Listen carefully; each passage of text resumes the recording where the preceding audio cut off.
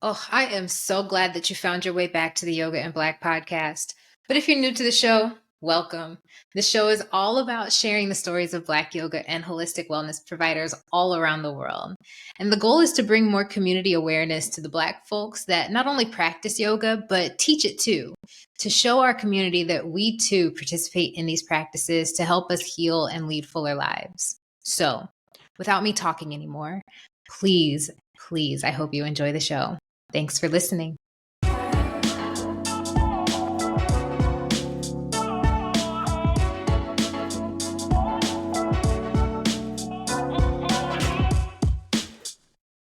Hello, everyone. Welcome back to the Yoga in Black podcast. It's me, Tarani, and I am joined this week by Taja oSo Fierce of Brooklyn, New York, and Issa Yoga Vibes. I am really excited to get a chance to get to know her, but I'd like for it to come from her words first. So, Taja, go ahead and tell us a little bit more about yourself. Thank you so much for being here.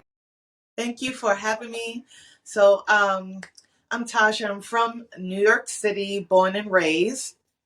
I came into yoga because personally, or full transparency, I have was diagnosed with lupus back in 2006, about 6 months after having my firstborn, and lupus affects everyone differently. So for me, I get a lot of arthritis pains.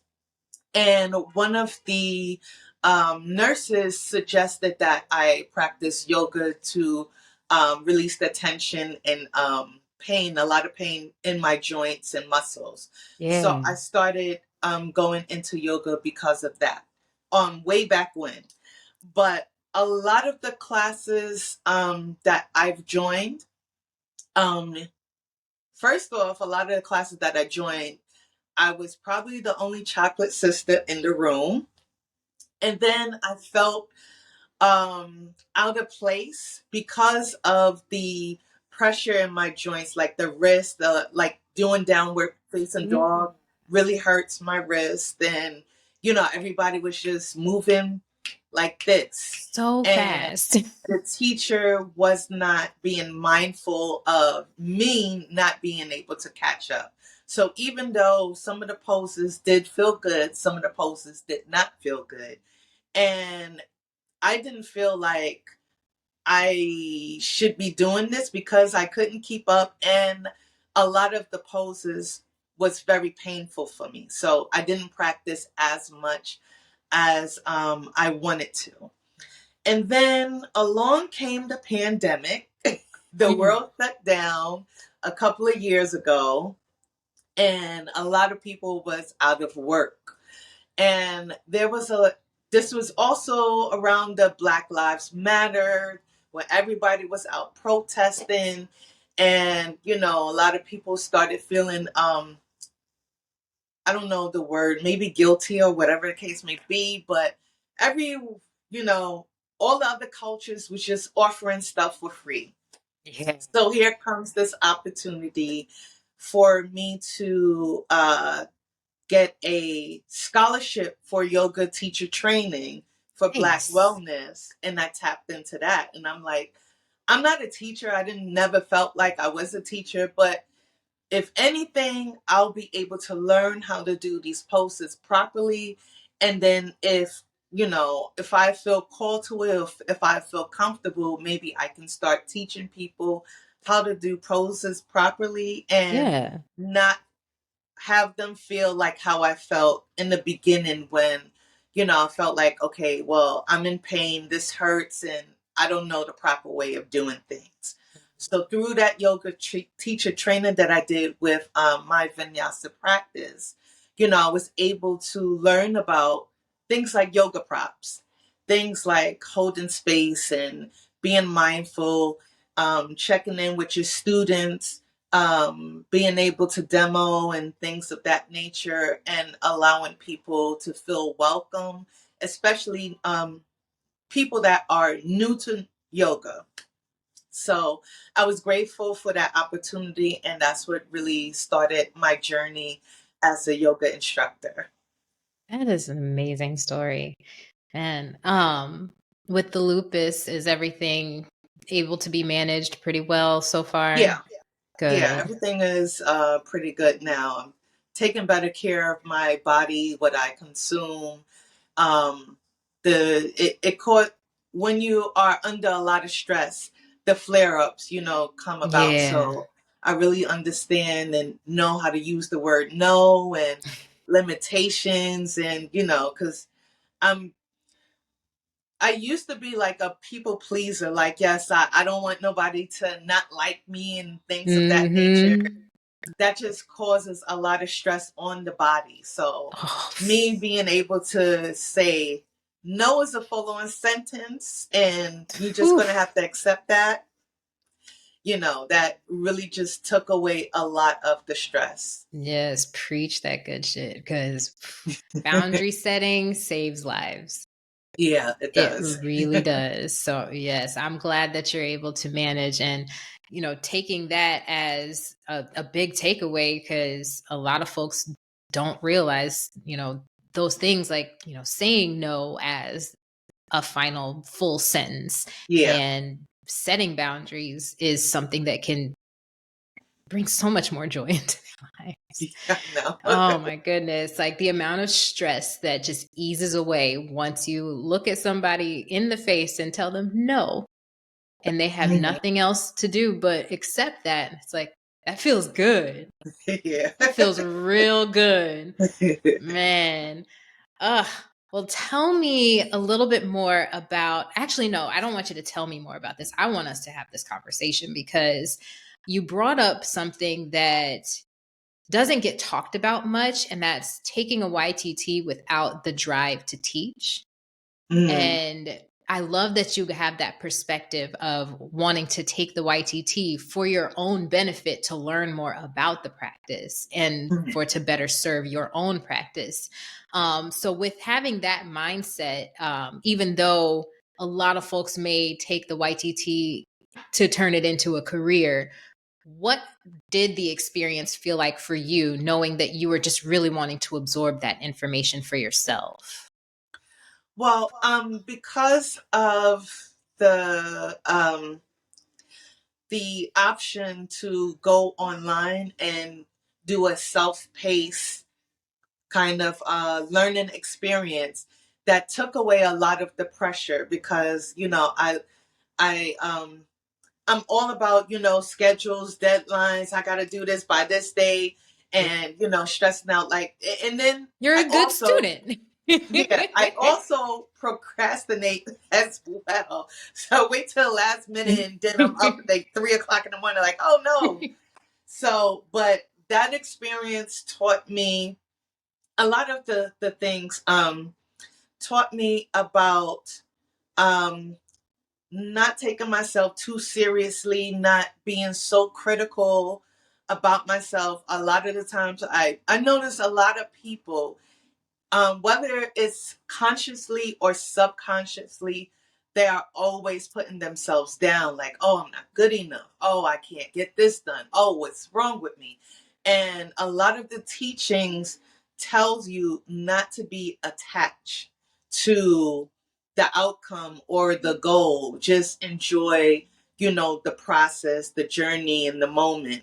So that self pace way of learning really just relaxed me, like, oh, I could take a whole year just to go through this process. I don't have to rush or whatever, and I get a chance to really take a deep dive and further read up and learn more about the practices, like the 8 limbs of yoga really like breaks down everything about self-attachment, Yes. self-discernment, getting rid of the negative self-talk. A lot of things is just about you, not even about the people that you're trying to teach. Is about you.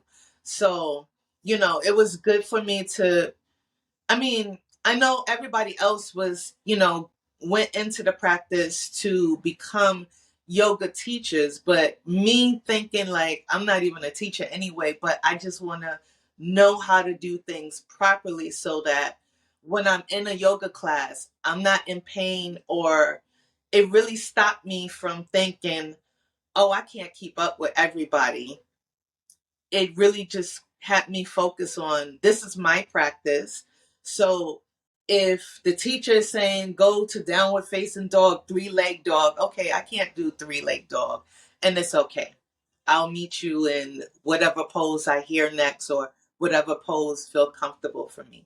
I'm not worried about what everybody else can do or cannot do.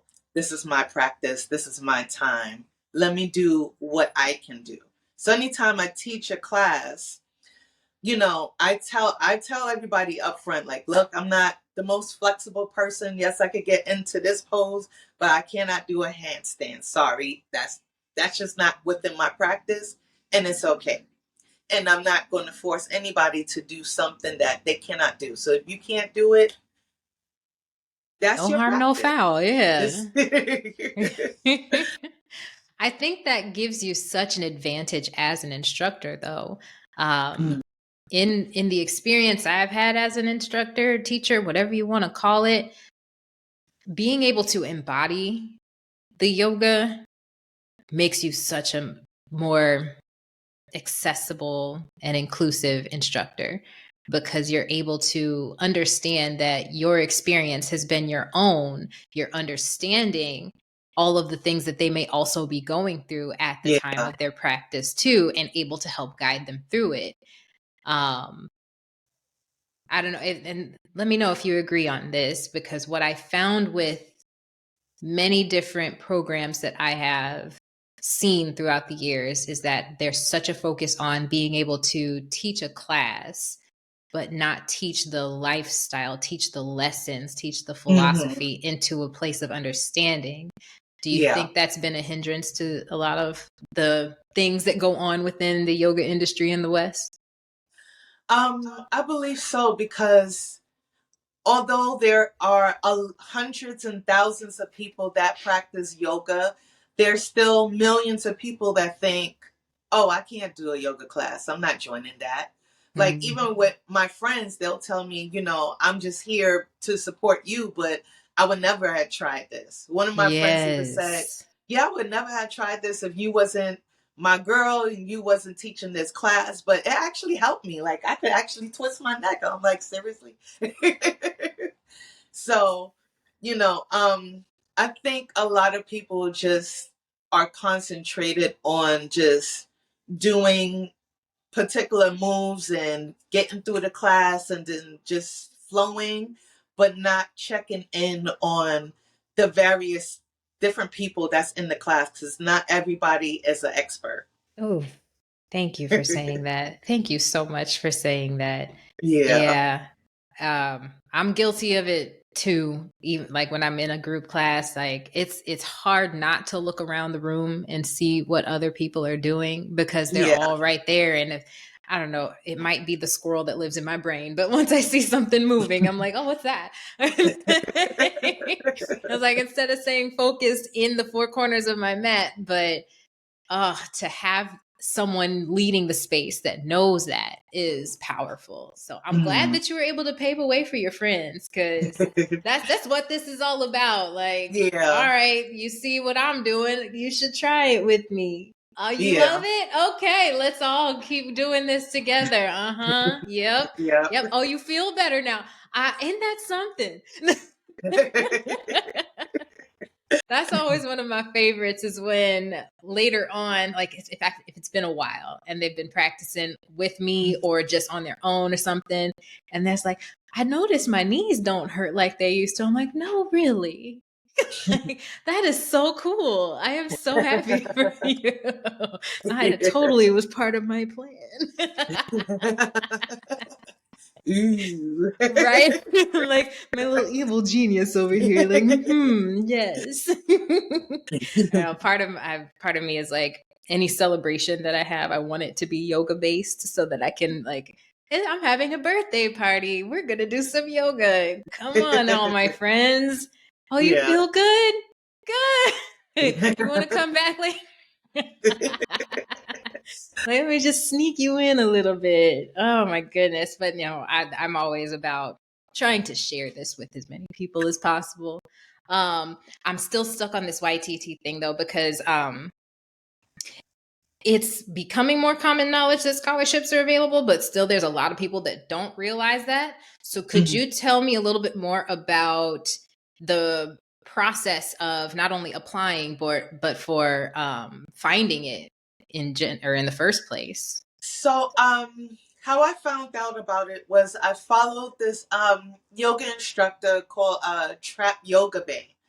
Yeah. And I used to get her emails all the time.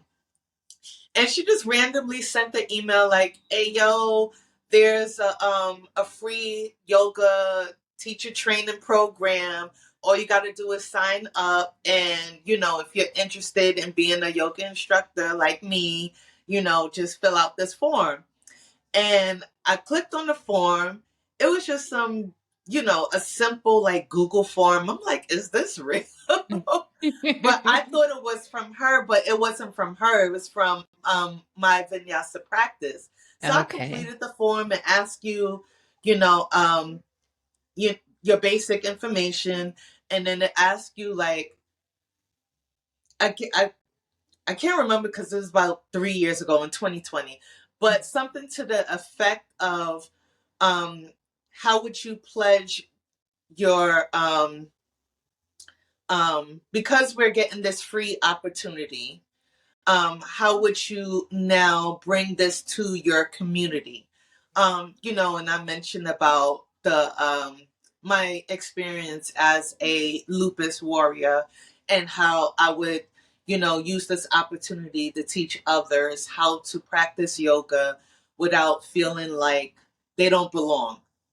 And then I then shared the link on my Facebook page so that everybody else can have that opportunity. I didn't know how many people were they accepting, but whoever see my post, if you're interested, click on the link. If not, keep scrolling. I don't care. It doesn't bother me. But I was surprised. I got an email like 2 days later saying, "Hey, you got approved and the class starts in such and such day." And one of my sorority sisters, she saw my post and signed up, and she actually finished the program before I did.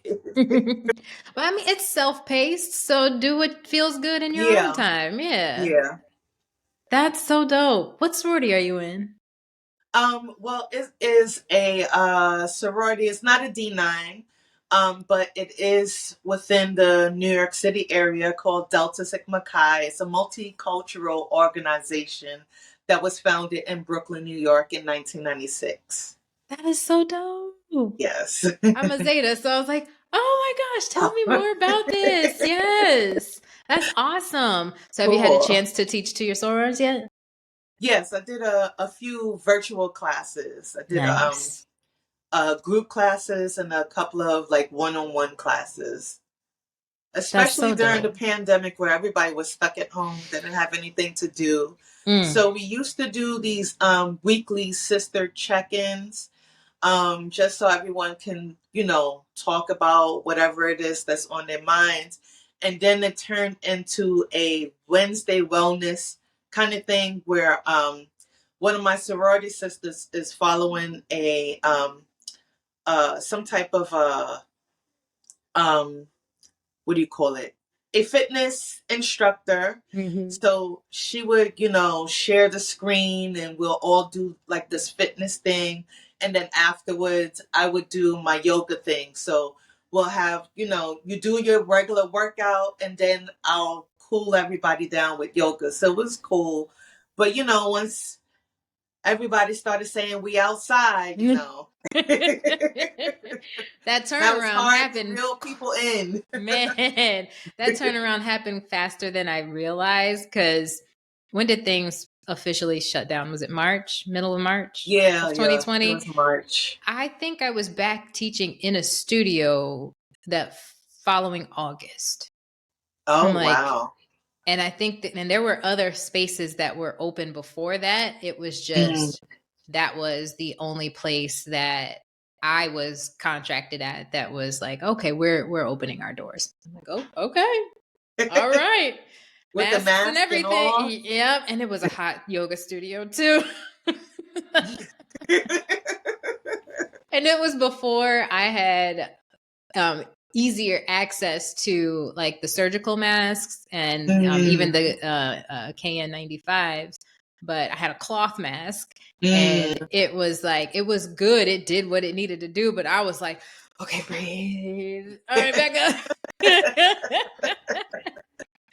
It was quite a time. Like the way that so much changed in every aspect of life during that period, and even leading up to now, because nothing's back to normal. Like folks try to say like, oh, we're all back to normal. No, we're not. We're all very different because of what happened. And nothing is ever going to be the same. And even in the yoga space, like, and I guess with everything even too, because I don't know, do you feel that things have been made more accessible since then? Well, I think now that we have the option of either doing classes or teaching in person and teaching virtual is a good thing, because normally teaching online wasn't that of a trending type of thing, or it wasn't easily accessible. Like nobody's going online. People, I want to be face to face. I want to be there, but not a lot of people have the time to, go in person, or, have the transportation resources, or the money resources to, always go out to a facility, even holding space, and you have to worry about paying rent to host a class, or, holding all of your yoga mats in order for, people that don't have their own mats, you can provide it. Even holding mats in your own space can be costly. So, being able to reach more people online is a good thing. So it really opened up that flexibility that, I don't have to just do one thing. I can go online and, reach people, or I can have people meet me in the park or meet me at this yoga studio or whatever. Everybody became more accessible in the options that we have. Yeah, I completely agree, because that learning curve had to be sharp for me, because I will admit I was one of those that was thinking of doing like the tutorials and stuff on YouTube. That was the extent of my virtual yoga teaching experience at the time. But once everything started closing, I'm like, oh, we got to figure out this pivot real quick, because I need a job.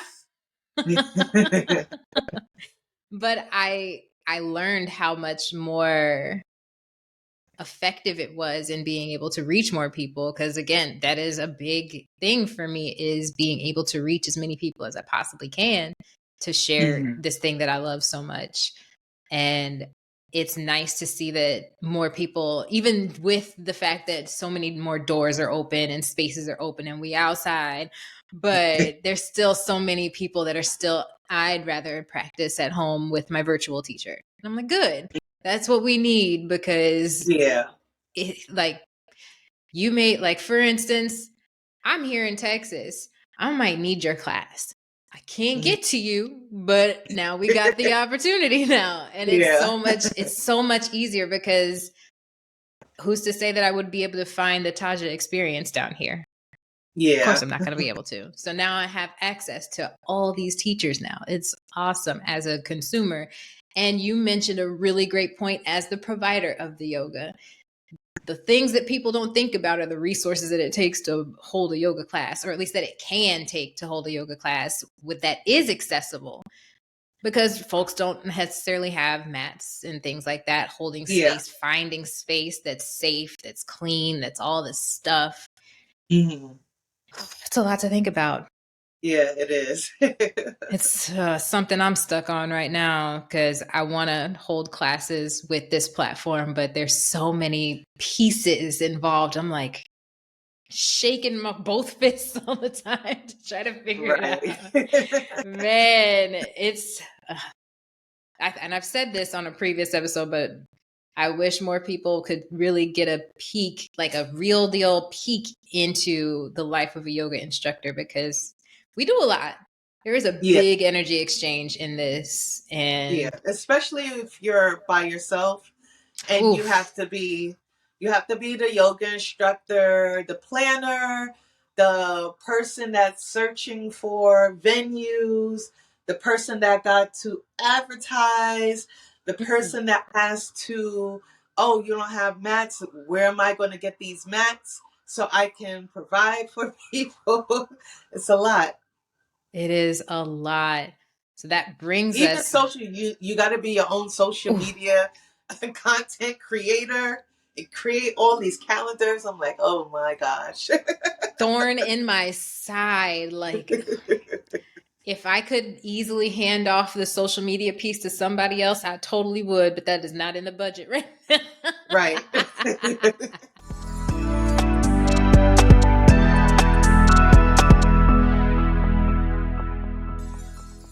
But this brings us into a topic that I did want to discuss, because we did have a little off camera chit chat about solo entrepreneurship in the yoga world.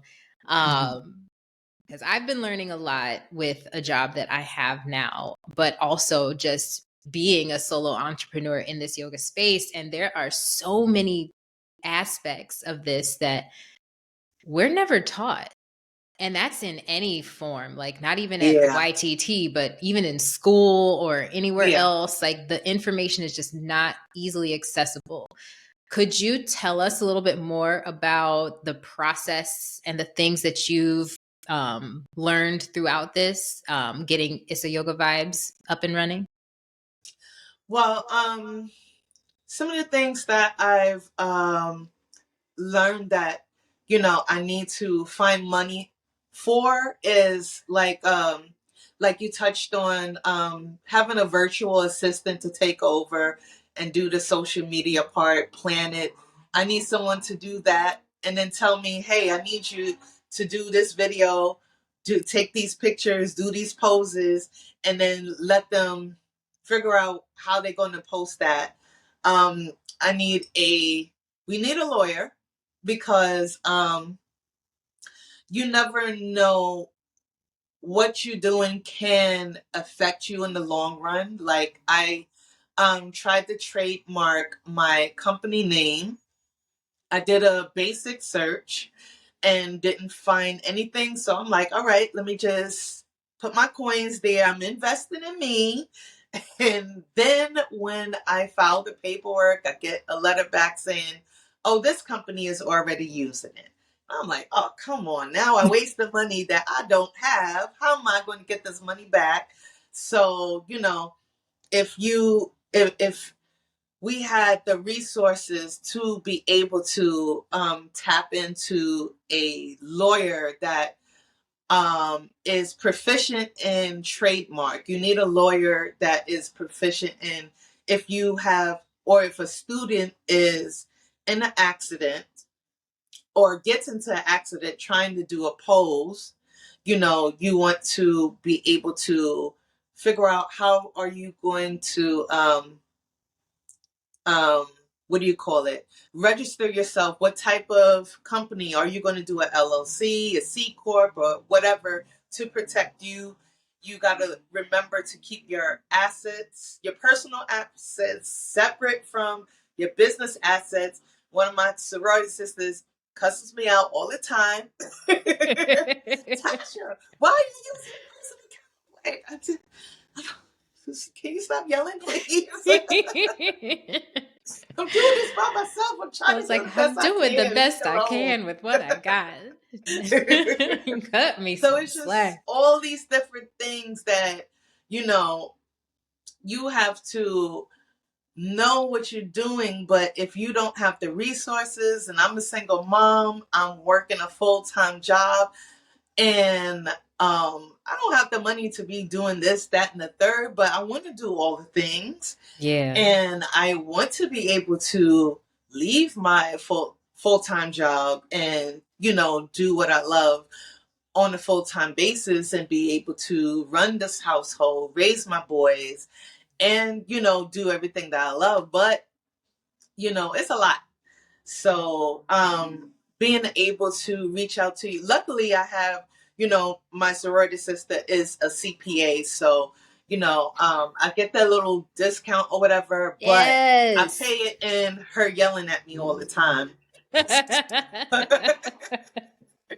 So it's not actually free because she gets free range and yell at She's probably like, these are the things that I would like to say to some of these other customer or clients that I have that I don't have this same type of bond with. So you get to get. Oh my goodness. But yeah, you brought up so many amazing things that definitely need to be on people's radar. Because like, what is it? The liability insurance? That is something that I will never stop yeah, paying that's for. something you have Like, to get. I don't care what my money situation looks like. That policy stays in place. I don't care what my teaching schedule looks like. I'm teaching one class a week right now. I don't give a damn. That policy is staying right Yeah. in Yeah, place. that is the most important. That's like the first thing that I got. Mm-hmm. And it's only a handful of options for yoga teachers as far as the liability insurance. Mm-hmm. But it depends on what you are trying to do Yeah. and where are you trying to take it. So I had to research because what I decided what I wanted to do was host yoga retreats. And I had to find something that was going to cover me here in the US. And if I want to go abroad, it's going to cover me there. And it was only one insurance that actually covered that. And that was through the Yoga Alliance. Okay. So there's two. There's the Black Yoga Alliance, which is just a group of yoga instructors or whatever, and they get to tap into the resources. And then there's the regular Yoga Alliance or whatever. So the Yoga Alliance is the one that I had to sign up for their membership just to tap into this insurance policy. So They'll I get you needed to like get that. money for these two things in order for me, because I taught my first or I hosted my first yoga retreat in Morocco in October 2022. So I needed something in case anything happened. I don't need anybody trying to tap into my account. Just tap into this insurance policy. Exactly. And, be done with it. Yes. But yeah, that's the most important thing. If I can offer anything, that yoga insurance thing, you have to get. Super Now important. there are some companies that now includes virtual classes. Okay. So if you do a lot of classes, you don't want anybody to,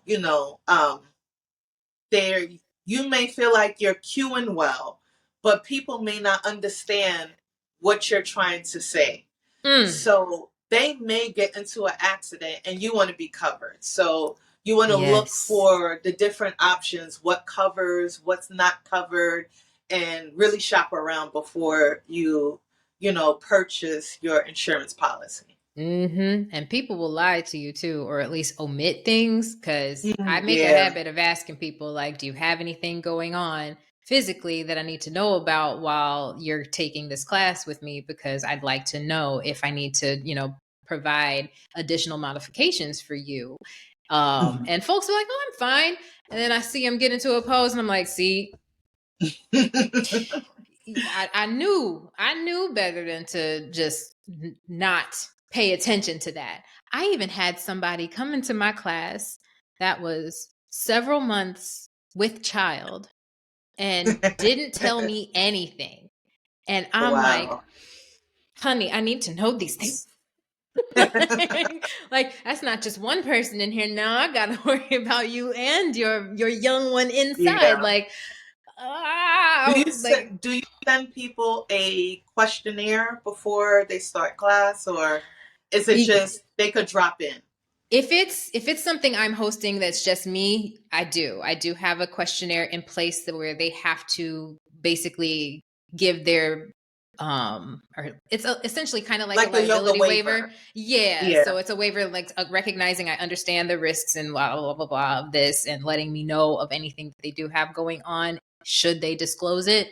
But most of the places where I have taught have been for other studios that already have their own. Oh, So okay. for them to even be in the space at all, they have to sign some type of a liability waiver. But I do still have something in place for myself when I'm hosting my own things, because I don't play those games. Yeah. I hope and pray that nothing ever does happen, but you got to be prepared for all of the scenarios, because it could. You may hope, you can hope and pray that it doesn't, but it could. So I'd Yeah. rather be prepared than to be looking like, oh shit, I have no idea what to do because someone came into my class and rolled their ankle and now they're on crutches for 3 weeks. Like, I can barely pay my own medical bills. I'm going to pay somebody else's. So let me go ahead and make sure that all of my I's are dotted, T's are crossed, and insurance policies are paid. Yeah. Because it's not a joke out here. As much as we would love for it to be, as easy as I'm having a class, come practice with me. Unfortunately, Yeah. that's just not the place that we live, and we have to find that balance of providing, the safe space, but also keeping ourselves safe too. Yep, that's true. Yeah. It's a lot to juggle, but for the love of it, because I love this shit. I love it so much. Me and my potty mouth. It's all right.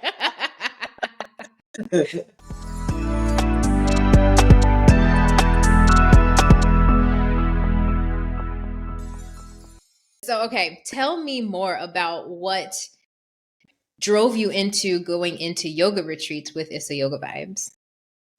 Well, I wanted to figure out what would be my lane and how can I tie in what I already do with what I have just learned or just put on my tool belt. And one of my college professors um, always told us that, don't reinvent the wheel. If, it's not broken, don't fix it. So why are you going to just do something brand new instead of just elevating what you already do and what you already are professional in, and just expand on that? So I had to really sit down with myself and figure out, well, what do I do a lot that, I already do, and I don't have to feel like, all right, I'm doing something brand new that I have nothing, no experience in. So one of the things that, in retrospect that I've noticed is that, I've worked in administration for well over 15 years. And also, I'm a planner. I'm the one that is out of my friends. I'm the one that's researching for places that we're going to go, what we're eating, how much it's going to cost. Let me break down this budget. I'm the one that's always doing that. Got the whole itinerary ready. Yeah. So I'm like, oh, and then when I found out about retreats and what that entails, I'm like, you know what? Maybe I should explore that. But I wanted to do something a little different than what everyone else was doing, because it was a lot of workshops and, sister circles and, journaling and things of that nature, which all of those things are amazing. But when I travel, personally for me, when I travel, I like to go and explore and see what is out there. What shops do they have, the villages, the foods, the activities, the excursions. So I was like, you know what? I want to have like a yoga adventure type of retreat. I don't want to just do like the regular wellness thing. I wanted to really um tap into having an adventure, having cultural experiences, and learning about um, the culture of wherever we're visiting. Yes. Really being able to tap into, well, not tap into, but kind of support the businesses that, you know, is in that country, and having those type of experiences as well. So I'm like, that's where I want to tap into. I want to have a yoga adventure, yoga cultural experiences for people to tap into.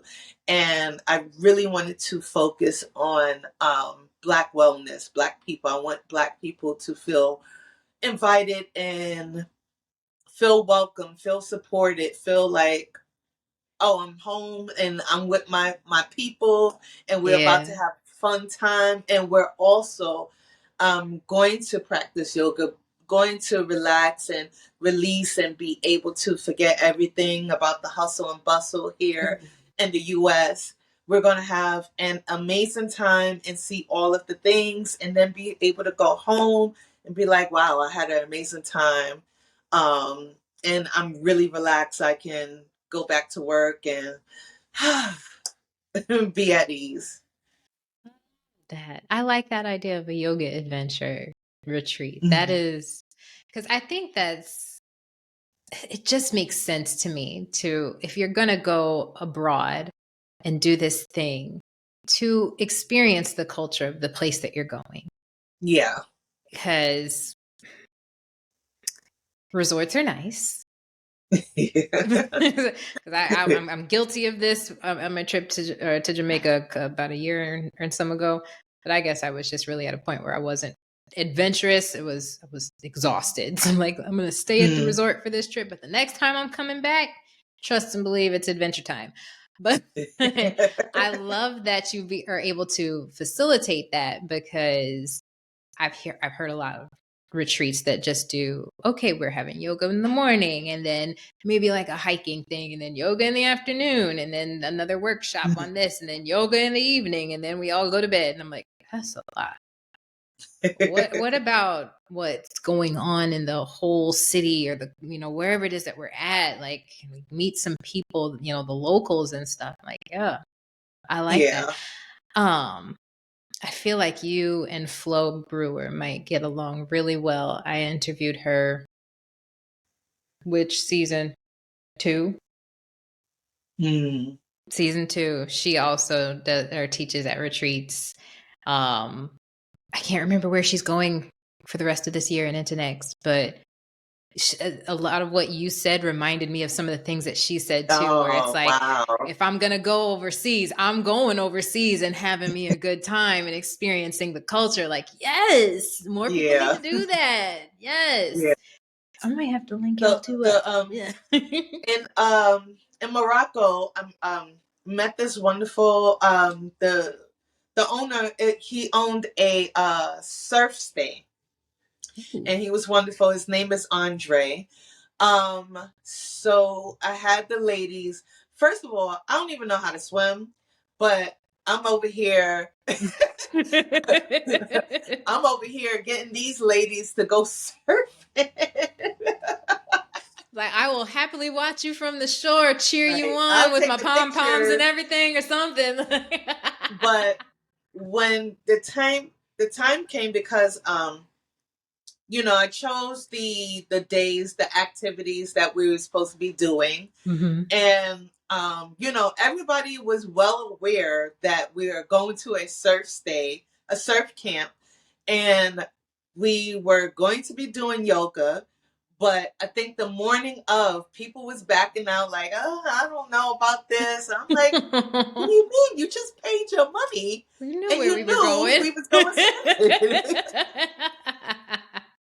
And by the end, everybody got suited up. They gave us suits to put up. Well, not me, because I don't know how to swim, so I know I wasn't going anyway. But everyone got suited up. But at the end, everyone got on the surfboard and started surfing or whatever. And it was like, wait a second, this was amazing. Like, thank you, Tasha, for tricking us into doing this, because I would have never actually surfed. I'm like, yay, win.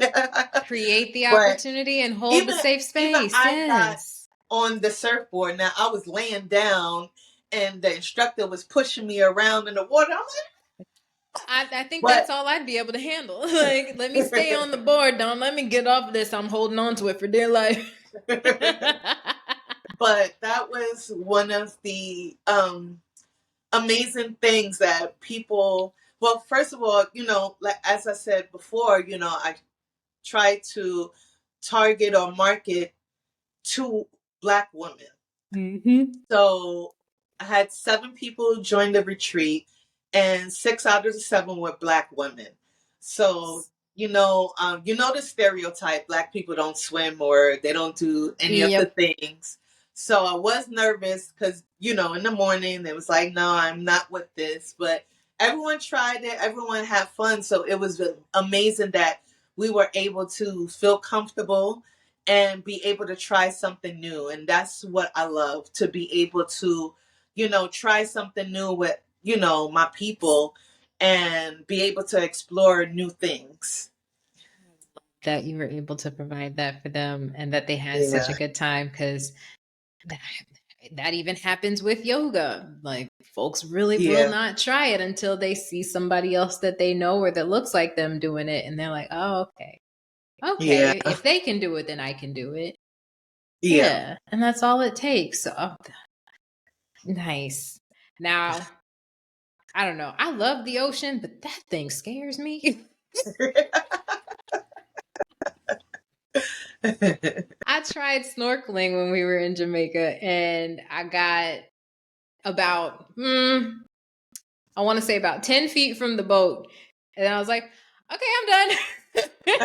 Oh, wow. I was like, because I felt that water start to pull me away. I'm like, and I'm not a strong swimmer, so I'm going to stay into a place where I feel like I can come back to safety.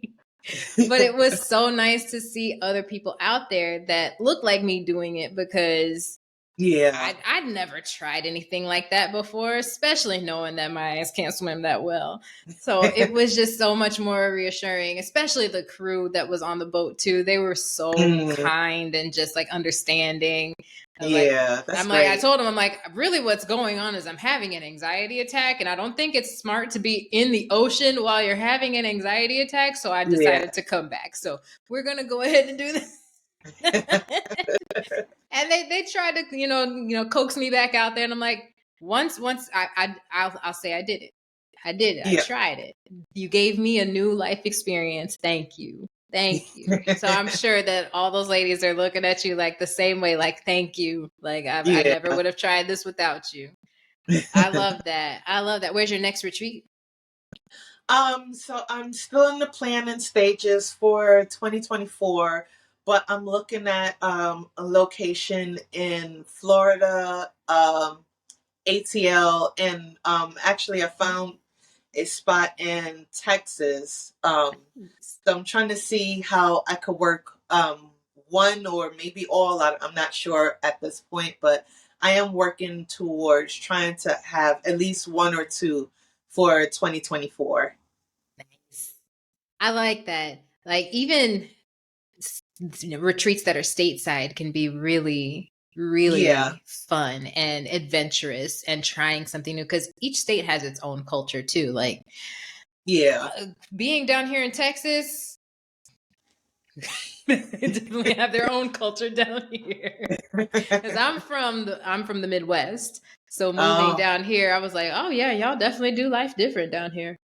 Yep, I get it now. I get it. So it's just nice to be able to see all the different pockets of this country, because it's not a small country. Like, we got a lot going on even within these 50 states. So it's good to be able to get folks out to see all of that too, because so many times we'll just stay in our own little lane, which is fine, but there's a world out there. It is so cool to see it.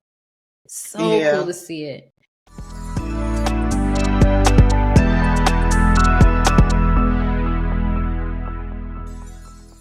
So where else is or what other plans do you have for yoga and you within, I'm not even going to give it a timeline. What's your big picture? Well, I am launching a yoga challenge, a 25-day yoga challenge, focusing on the hamstrings. It'll be virtual, so I broke it down so that you can begin to relax the legs. I notice a lot of people, when they bend down to pick something up, it's like a lot of pain. So broke it down for you to spend no longer than 5 minutes a day just really stretching and relaxing um, the hamstrings or the back of your legs or whatever. And it's called the Touch Your Toes Challenge.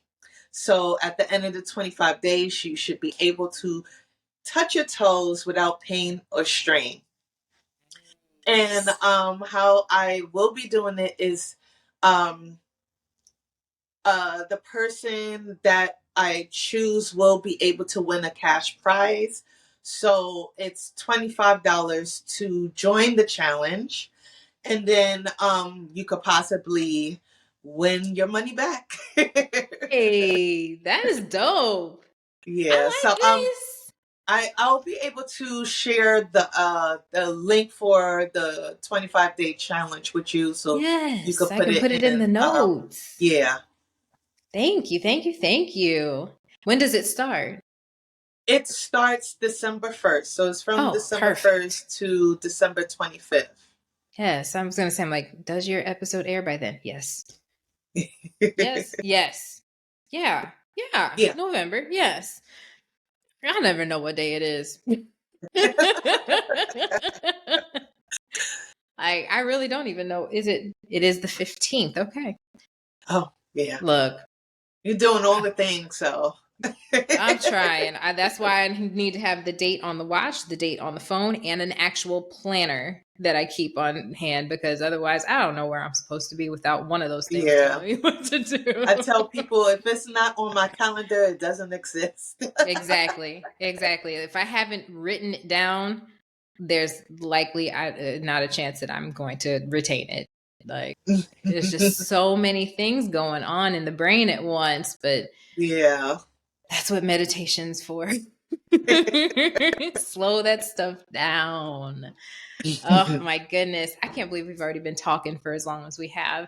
And I want to make sure that Oh, we have some time to ask the questions that I like to ask everyone, because you've already given so many amazing pieces of advice, especially oh, for new instructors and old instructors too, because not everybody does these things that help protect them when they're, out there teaching their thing.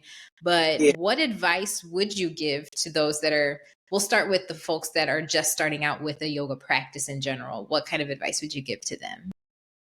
Um, I would, or I advise everyone to try their very best to stop the negative self-talk.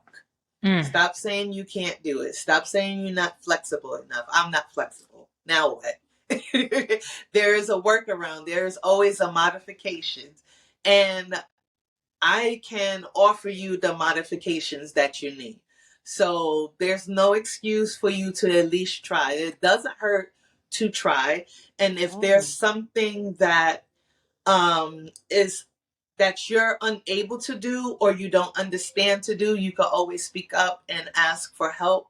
Everyone is always willing and ready to help and give you any type of modifications, but we don't know unless you say something. But it always starts with the negative self-talk. So once you stop saying that you cannot do it, then you at the end you'll see, oh, actually I can do it. I just needed to take my time. It's okay to take my time. I'm so glad you said that. Take your time. That's Mhm. something I've been focusing on a lot more in my classes, is take your time in all of these things, because you're moving Yeah. at your pace, not anybody else's. So what pace works for you? What feels good? Because you can tell Mhm. what doesn't. And if it Yeah. don't feel good, then slow it down or speed it up, whatever. Take your time. I love that. Thank you so much for sharing that. And then any other advice that you have for burgeoning yoga instructors out into the world? What advice would you give them? The same thing, self-negative talk. I'm still going through or working through the imposter syndrome, feeling like, what am I doing? I'm not good enough. I don't have the experience. You speak to people that's been doing, oh, I've been doing yoga for 10 years. This is not how you do it. You're supposed to do it like this. You don't have, it's not a cookie cutter kind of thing. I don't have to follow what you do because you've been doing this for 20 plus years. That's great. That's amazing. But I need to find my own way, my own journey, my pace. So stop with the negative self talk. Just tap in, take a reflective on yourself and see how can you hold space for others to feel as welcome as you would want to feel welcome in your class? Whether it's you want to feel welcome as a teacher, what does that look like for you? And what do you want people to feel when they're in the class? But if you're thinking negatively about yourself, that will affect you amongst others. And you don't want to impede yourself. So if you just release that negative self talk and really just take your time and, go through what it is that you want to do, what is your lane, what is your avenue, and not worry about the experts and the gurus or whatever. Worry about how you're going to tap into your community, because the experts can't teach all the people on the earth. They can't. No. So focus on your community and how you can bless them with your journey. Beautiful gems dropped. I love when y'all just sprinkle all the goodness into these things. Thank you so much. I wanted to circle back to that piece you had mentioned about others that give their own usually unsolicited advice about things and the right way to do them, wrong way to do them. Like, when it comes to yoga, there isn't exactly a right or wrong way, especially when it comes to asana. I'll say that. When it comes to asana, there isn't a right or wrong way to teach something unless it's causing harm. Because the Yeah. thing is, you just have to be able to modify. Yeah. If you know different options to allow people, you're golden. But there's no Yeah. right way to teach one pose. There's no wrong way to teach one pose. The only wrong way I have ever taken note to is when it hurts someone. Yeah. That is the only time. So in that event, modify. So this is what I wish more veteran instructors would do. If you are wanting to provide advice to a newer instructor or even any instructor that may have done something differently than you, provide it to them as an option of something that they could add in if they want to, rather than Yeah. you should do this. Like, don't mess with their style, don't mess with their flow, but give them another option that they can add to their tool belt rather Yeah. than chastising, because that drives me nuts, because then that negative self-talk comes into the instructor's head like, oh gosh, I was doing this wrong. No, there's just other ways that you can, and it's an option you can add or not. Totally up Yeah. to you. Oh, thank you for And sharing then they that. have to find any new teachers have to find a way that feels comfortable for you. Like Yes. when I started, and I was listening to everybody saying, oh, you got to do this and you got to do that. Why you doing a full demo for throughout the whole class? You got to walk around. But it didn't feel comfortable with me walking around the class. I felt like, oh, what am I Yes. doing? Then I started noticing people noticing me getting up to walk around. So now they're about to get up and Yep. move around. And I'm like, no, you Don't Because it's do follow that. the leader now. You know. So it's like you have to, like you said, give the advice, but not be so, no, it got to be this way. You know, give that person the room to grow and find a way of how they can work it with how they feel most comfortable. If you're not comfortable doing it, it's never going to come out right. You have to be comfortable with everything that you do. And if you try it out and you don't like it, it's okay. Just as long as you know the basics of, getting into and out of the pose, the transitions and all of that, and it's safe. But I'm gonna, cue it this way because, like going from what do you call it? Going from like upward facing dog to downward facing dog. From some people, you can That is automatically do that.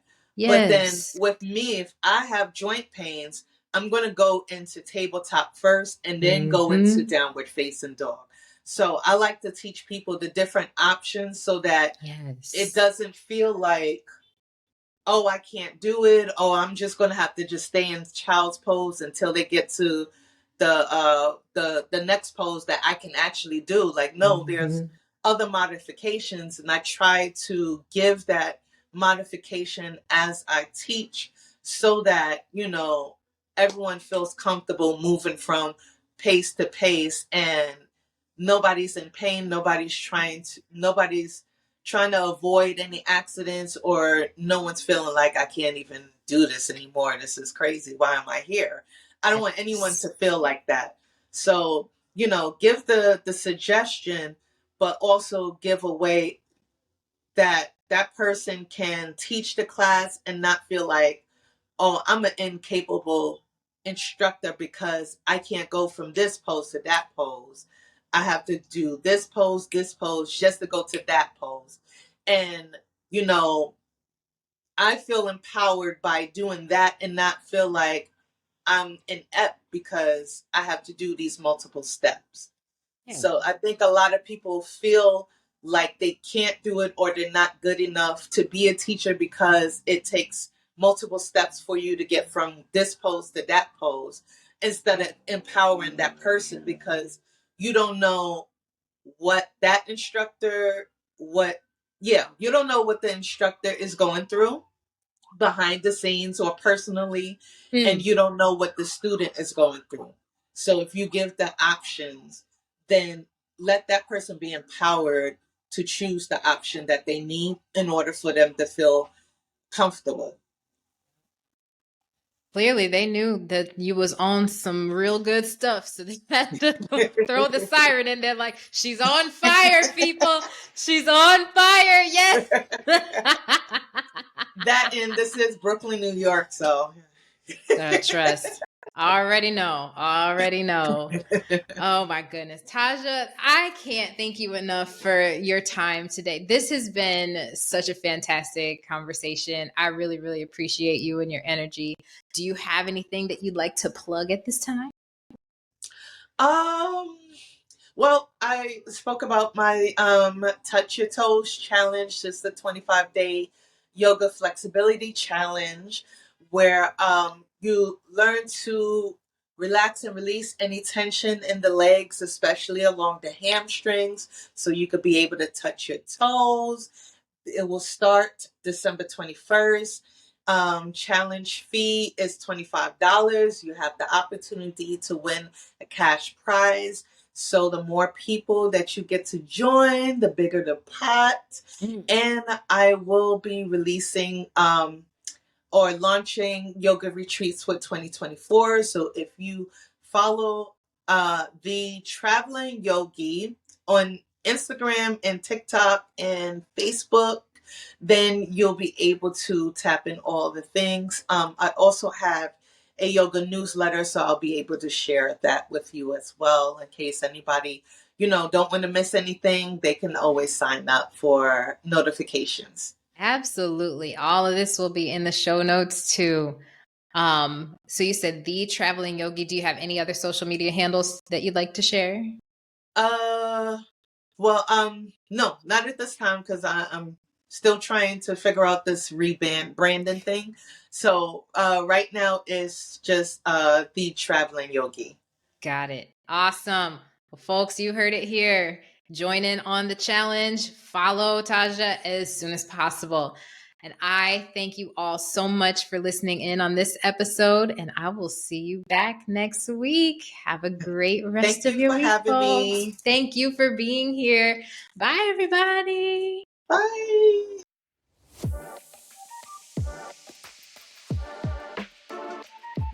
Thanks for tuning in to the Yoga in Black podcast.